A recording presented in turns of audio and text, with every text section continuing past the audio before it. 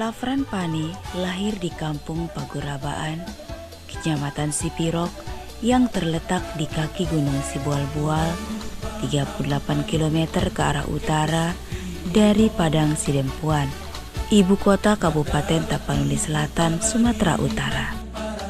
Lafran Pani lahir di Padang Sidempuan tanggal 5 Februari tahun 1922.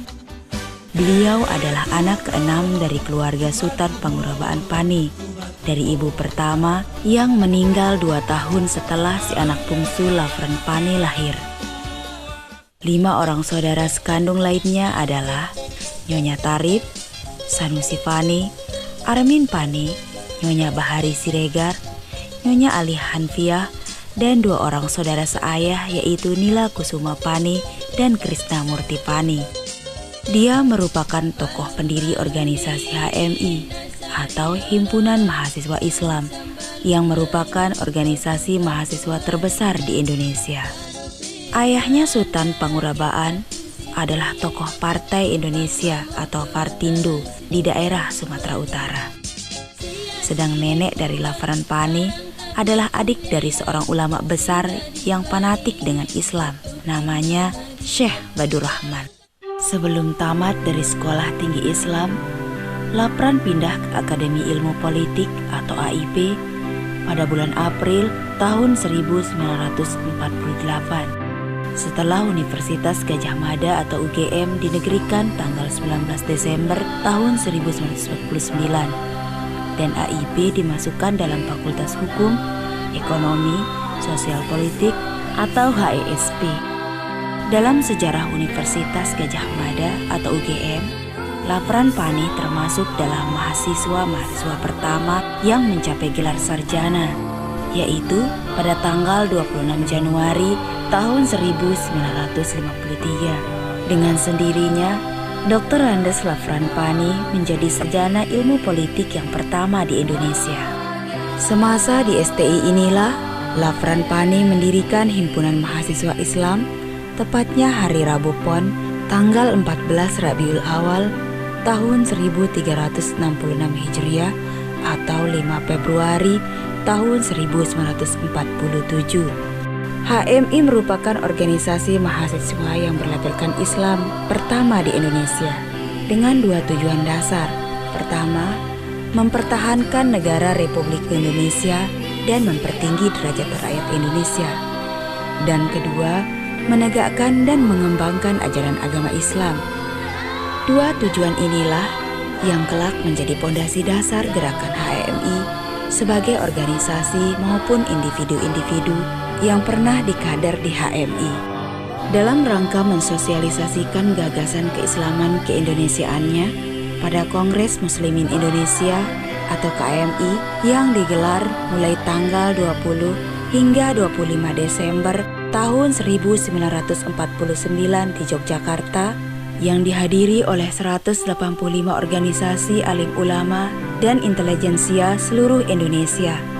Lafran Pani menulis sebuah artikel dalam pedoman lengkap Kongres KMI yang berjudul Keadaan dan Kemungkinan Kebudayaan Islam di Indonesia.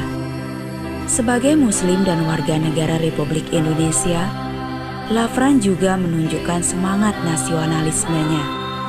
Dalam kesempatan lain, pada pidato pengukuhan Lafran Pani sebagai guru besar dalam mata pelajaran ilmu tata negara pada Fakultas Keguruan Ilmu Sosial IKIP Yogyakarta, Kamis tanggal 16 Juli tahun 1970, Lafran menyebutkan bahwa Pancasila merupakan hal yang tidak bisa berubah. Pancasila harus dipertahankan sebagai dasar negara Republik Indonesia. Namun, ia juga tidak menolak beragam pandangan tentang Pancasila. Setiap tanggal 25 Januari, sebuah organisasi bernama Himpunan Mahasiswa Islam atau HMI akan mengenang satu orang, Profesor Dr. Andes Haji Lafran Pani. Beliau pemrakarsa berdirinya HMI, organisasi yang banyak melahirkan sumber daya manusia terbaik di negeri ini. Lafran juga punya andil besar terhadap lahirnya proklamasi Indonesia. Dengan ini menyatakan kemerdekaan Indonesia Lafran Fani meninggal dunia pada tanggal 25 Januari tahun 1991. Beliau meninggal dunia dan layak dijadikan tokoh nasional, bahkan pahlawan nasional.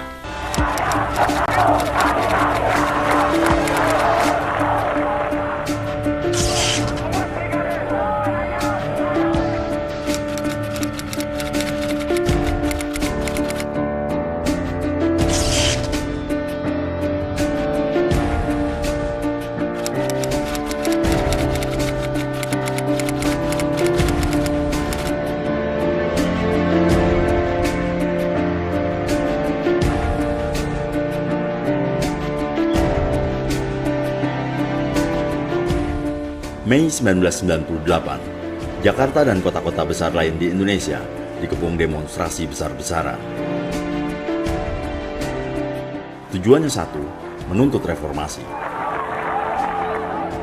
Aksi-aksi menuntut reformasi atas kekuasaan Orde Baru saat itu sebagian besar dipelopori oleh kelompok mahasiswa dan pemuda, tak terkecuali HMI, Himpunan Mahasiswa Islam.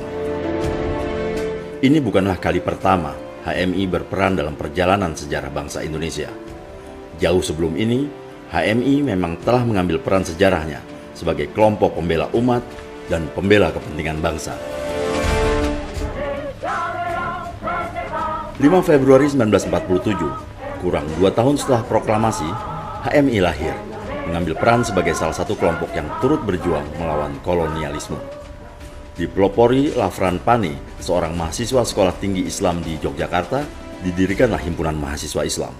Di Indonesia ini sudah banyak persatuan pemuda, tetapi belum ada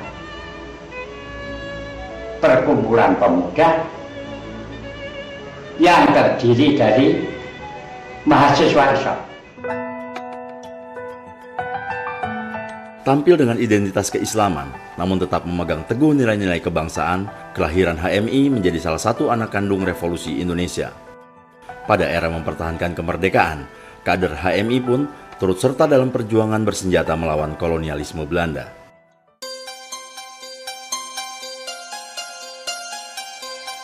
Peran penting HMI dalam perjalanan bangsa terus berlanjut. Tahun 60-an, pada era konflik ideologis di Indonesia makin meruncing, HMI terseret dalam pusaran intrik dan konflik tersebut.